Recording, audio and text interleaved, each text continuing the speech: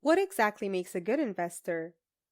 A lot of us think it requires some sort of secret knowledge about the stock market or predicting what is a good investment through difficult problems, maybe even extraordinary intelligence when it comes to picking stocks. Turns out, anyone can be a good investor once they begin to see liabilities as assets. Let's take an example. Imagine poking around your parents' attic or basement, or maybe you're out shopping at a vintage market. You take a look around, and immediately you see something that may have brought back some beloved childhood memories. Maybe you'll find cards you used to collect, or an old record player your father used to have, or even your mother's vintage jewelry. To others, these may seem like old junk from the past, but these treasures might actually put some cash in your pocket. Number 1. Toys from the 1950s. There is no way you haven't collected something when you were a kid. Maybe you've heard about collectible Pokemon cards that are almost immediately sold out, or rare Furbies that cost a fortune.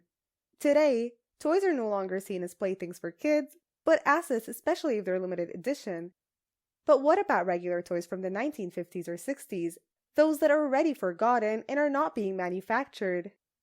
Well, remember those Star Wars figurines you used to have, and your mom who constantly nags you to clean it up, and to this day you continue to procrastinate? Well, hats off to you, because you may have stumbled upon the quickest way to earn thousands of dollars. Many original 1977 Star Wars toys are sought after now, especially for those die-hard fans who can't help but rekindle their memories. In fact, in 2015, a Boba Fett figurine in mint condition was sold for $27,000. You'd be surprised to know that it only cost $2 when first sold in 1980. The absurdity doesn't just stop from there. An original unopened Lego Millennium Falcon was recently sold for $16,000, while an original Molly American Girl doll is now worth as much as $5,000 in mint condition. This is exactly like stumbling across a rare and priceless gem in someone's backyard or attic. Number 2. Rare stamps. You've heard that old coins lying around in the back of drawers or in rusty jars in the attic can be little treasure troves. But what about stamps?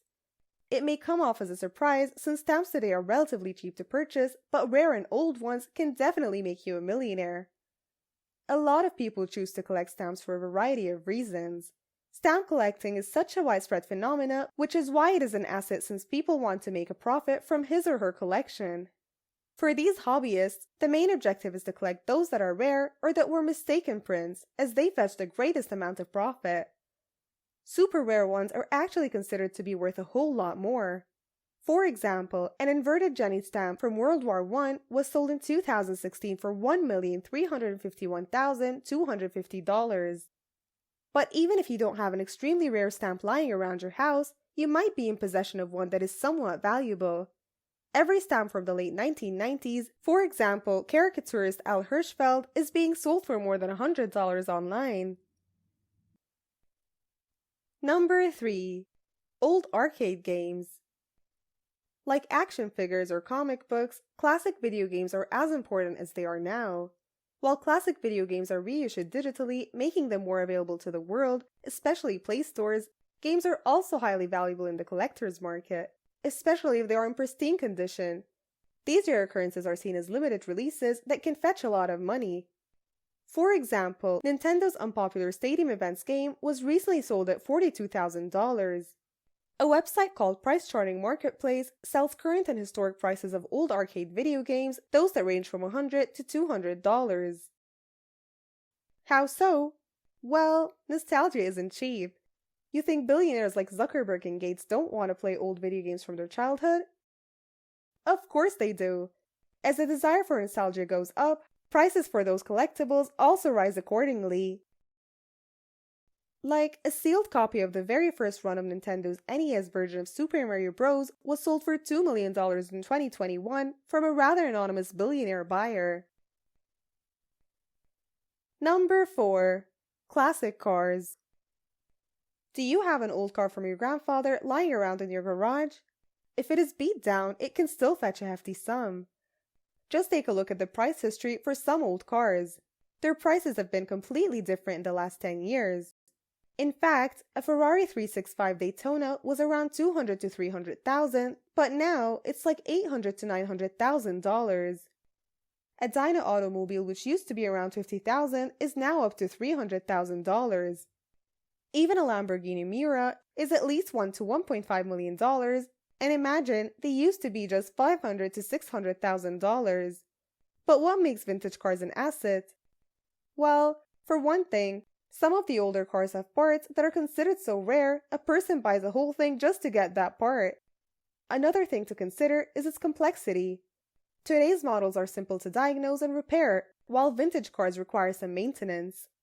This is why auto repairs or transformations are really popular around the media. Everybody wants to see an old vintage car up and running again. Another thing is, demand far exceeds the supply. Because of its rarity, there are only a few certain models left, since an automobile is considered rare. Like they said, items from the past that are in mint conditions are usually the ones that fetch the highest prices. As a result, buyers have to compete with one another for such vehicles, which drives up the price. Number 5. Antique plates. Okay, this one may be one of the liabilities you never even considered to become an asset. In fact, why do people collect plates in the end? Let's face it, most of us do in one way or another, we just never really noticed. Plates are used every day in our lives, from simple family meals to those rare occasions and holidays. The true magic of collecting dishware is either its design, the color, the pattern, or the material.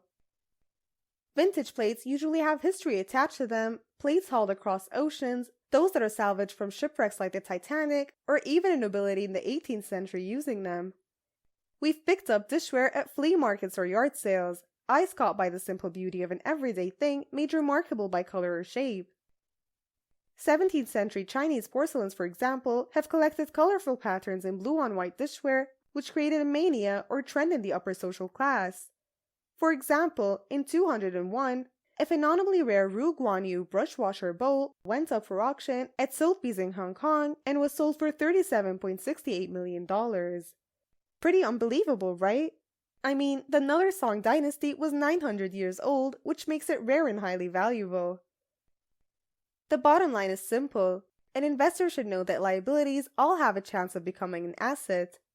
Likely, investing in these items always involves a leap of faith. As such, it's important to know that spending too much at first try shouldn't be advisable. After all, there's no guarantee which items will become high value. These include things like classic cars, rare toys and stamps, and even antique plates.